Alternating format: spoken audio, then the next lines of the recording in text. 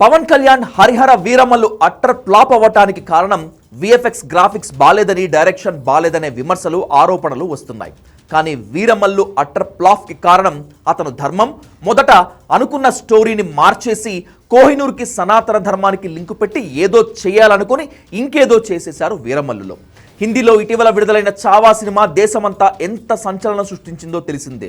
అంతేకాదు, దేశంలో హిందువులందరూ ఒకటే ఒక్క భావన సృష్టించగలిగింది. చావా కథ నిజమో అబద్ధమో కానీ ఔరంగజేబు వికృత రూపాన్ని చాలా అద్భుతంగా ప్రదర్శించగలిగింది. పులిని చూసి నక్క వాతలు పెట్టుకున్నట్లు చావాను చూసి తాను కూడా అలాగా చేస్తే బీజేపీ వాళ్ళు విపరీతంగా మెచ్చుకుంటారని, తనను ఎక్కడో కూర్చోబెడతారని, తాను హిందువులకు ప్రతినిధిని అయిపోతారని భావించాడు పవన్ కళ్యాణ్. అనుకున్నదే తడవుగా హరిహర వీరమల్లు మూల కథను మార్చేసి ఔరంగజేబు ఆకృత్యాలు, సనాతన ధర్మంపై ముస్లింల దాడిని, వీటిని కథాంశాలుగా ఎంచుకొని సినిమా చుట్టేశాడు. హరిహర వీరమల్లు ఫస్ట్ హాఫ్ బాగుంది, సెకండ్ హాఫ్ బాలేదన్న టాక్కు కారణమేమిటి? ఫస్ట్ హాఫ్లో ఉన్నదేంటి, సెకండ్ హాఫ్లో లేనిదేమిటి? క్రిష్ రాసుకున్న కథను పవన్ మార్చేసి పవన్ తనదైన స్టైల్లో సనాతన ధర్మం దిశగా సినిమాను నడిపించాడు. అదే సినిమాకి పెద్ద బొక్క పడింది. కొత్తగా అనిపించే కోహినూర్ని వదిలేసి కథను పక్కదారి పట్టించారు.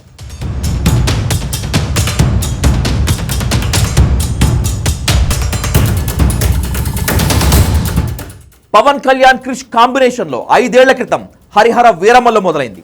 రాజకీయాల్లో బిజీ అయిపోయిన పవన్ కళ్యాణ్ వీరమల్లుకు డేట్స్ ఇవ్వలేకపోయాడు. అయితే వీరమల్లును పక్కన పెట్టేసి భీమ్లా నాయక్ బ్రో మూవీస్ పూర్తి చేశాడు.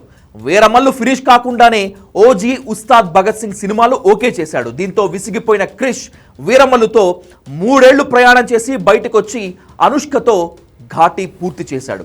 సినిమా రిలీజ్ సందర్భంగా పవన్ మాట్లాడుతూ కథ ఇచ్చిన క్రిష్ను గుర్తు చేసుకుని అభినందించాడు. వ్యక్తిగత, ప్రొఫెషనల్ కారణాల వల్ల క్రిష్ తప్పుకున్నారన్నాడు.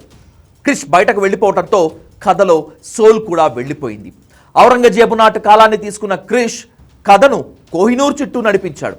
కొల్లూరులో దొరికిన కోహినూర్ ఎలా చేతులు మారిందన్న కాన్సెప్ట్ చుట్టూ వీరమల్లు తిరుగుతాడు. కానీ సినిమాలో కోహినూర్ సైడ్ ట్రాక్ అయిపోయి సనాతన ధర్మం మెయిన్ ట్రాక్గా మారింది. క్రిష్ వెళ్ళిపోవడంతోనే ముందుగా అనుకున్న వీరమల్లు కథ కూడా మారిపోయింది. కథలోకి ఎంట్రీ ఇచ్చిన పవన్ తన అభిరుచికి తగ్గట్లు సెకండ్ హాఫ్ స్టోరీని మార్చేశాడు. సనాతన ధర్మం, హిందూ సాంప్రదాయాల చుట్టూ కథను నడిపించి సీన్స్ అల్లుకున్నాడు. దీంతో ఫస్ట్ హాఫ్ కథలో ఉన్న ఆసక్తి సెకండ్ హాఫ్లో కనిపించలేదు. దీంతో ఓ పార్ట్గా తీయాలనుకొని క్రిష్ రాసుకున్న కథ 2 పార్టులుగా మారింది. సీక్వెల్ కోసం సెకండ్ హాఫ్ను సాగదీయాల్సి వచ్చింది. దీంతో సెకండ్ హాఫ్లో బలమైన సీన్స్ పడలేదు.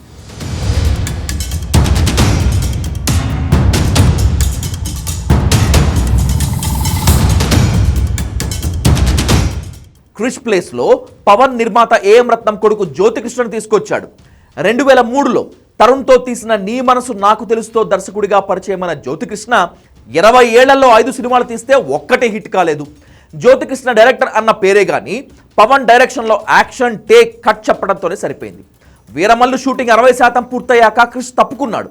ఆయనతో పాటే రైటర్ సాయి మాధవ్ బుర్రా కూడా బయటకు వచ్చేశాడు. కీరవాణి మాత్రం కంటిన్యూ అయ్యాడు. పాటలు వినడానికి సాదాసీదాగా ఉన్న మేకింగ్ బాగుంది.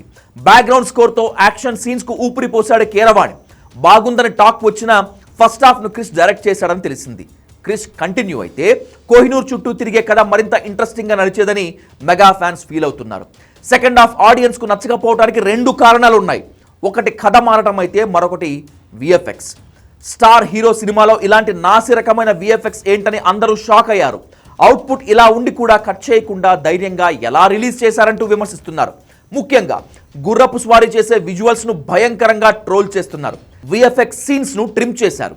పవన్ కళ్యాణ్ నటించిన తొలి పీరియాడిక్ మూవీ ఇది. కోహినూర్ డైమండ్ చుట్టూ తిరిగే కథ కొత్తగా ఉంది. ఎప్పుడైతే డైరెక్టర్తో పాటు కథ మారిందో రిజల్ట్ కూడా మారిపోయింది. లేదంటే అదిరిపోయే మూవీతో కంబ్యాక్ ఇచ్చేవాడు పవన్ కళ్యాణ్.